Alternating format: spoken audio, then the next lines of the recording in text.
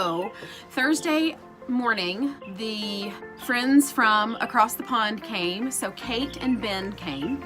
And we had already been FaceTiming with Kate a good bit, and she had been sending us pictures because she wanted the twins to be as familiar with her as possible. And she is so much fun that the twins loved her.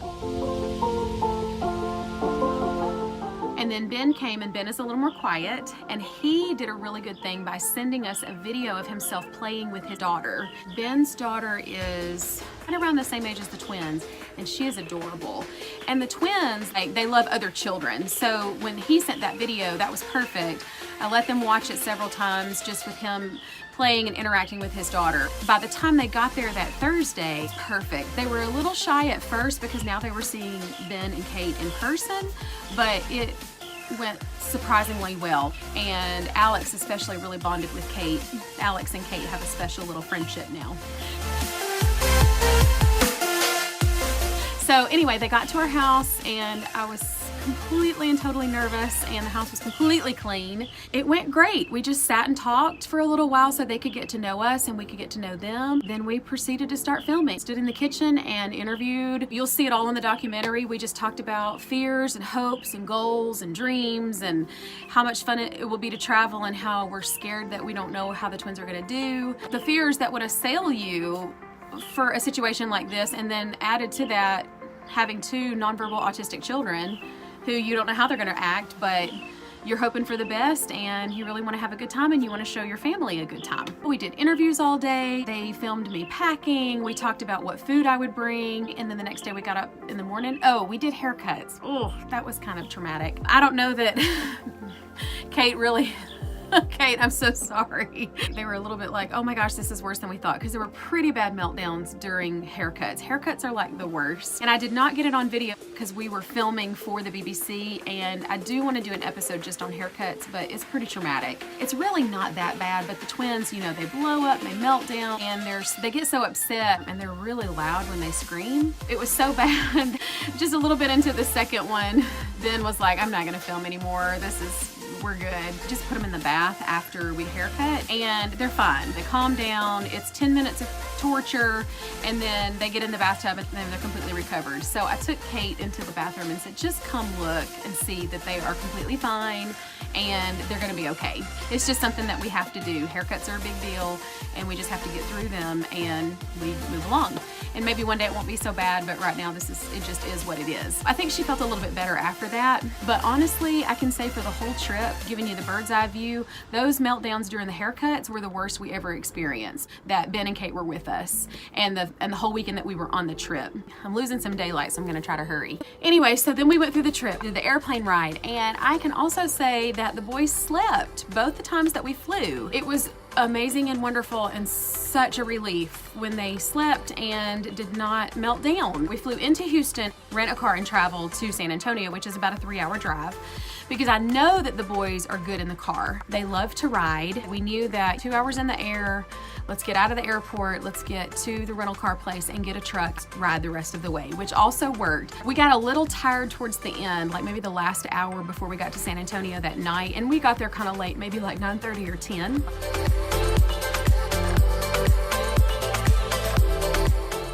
And so the twins were kind of melting down a little bit in the car, but by then we were not filming. And it took me a long time to realize that Kate and Ben were very careful with the amount of time that we spent on film. And really it wasn't like children filming in like a film or a sitcom television, because they weren't scripted or anything, we didn't rehearse. They just kind of filmed us daily life and they would do little interviews. It wasn't the same, but I really think we probably didn't film more than 8 hours any one day. We made it into San Antonio okay, we got to the hotel, and then the next morning we got up and went to the park. And really fun, lots of good things there. Then on Sunday we did the Alamo. We hung out with my brother and my niece for a little while. We went back to the hotel, hung out, went to bed, and then the next morning was Monday, Veterans Day. We got up and drove back to Houston to drop the car off and get back on the plane, and then we flew home, and we were home Monday night by probably about 7 p.m. So all in all, we were gone for a weekend. It felt like longer because we got so much done, and you'll see in the documentary all the things that we did. My goal is to give you some behind the scenes stuff and show you a little bit what it was like for us to have the cameras follow us around. And I didn't get a lot on video because I was trying to be filmed. It wasn't really stressful. It was kind of fun. Ben and Kate were so much fun to work with, and the BBC is a really cool organization, and they were very careful not to film too much or film for too long. So we wouldn't get tired, of the twins wouldn't get tired. It's a travel documentary, so we got to do all the fun things that you do when you travel. It just happened to be on film. We did a lot of fun interviews. We met really cool people. We got to meet Gordon Hartman, who was the founder and builder of Wonderland.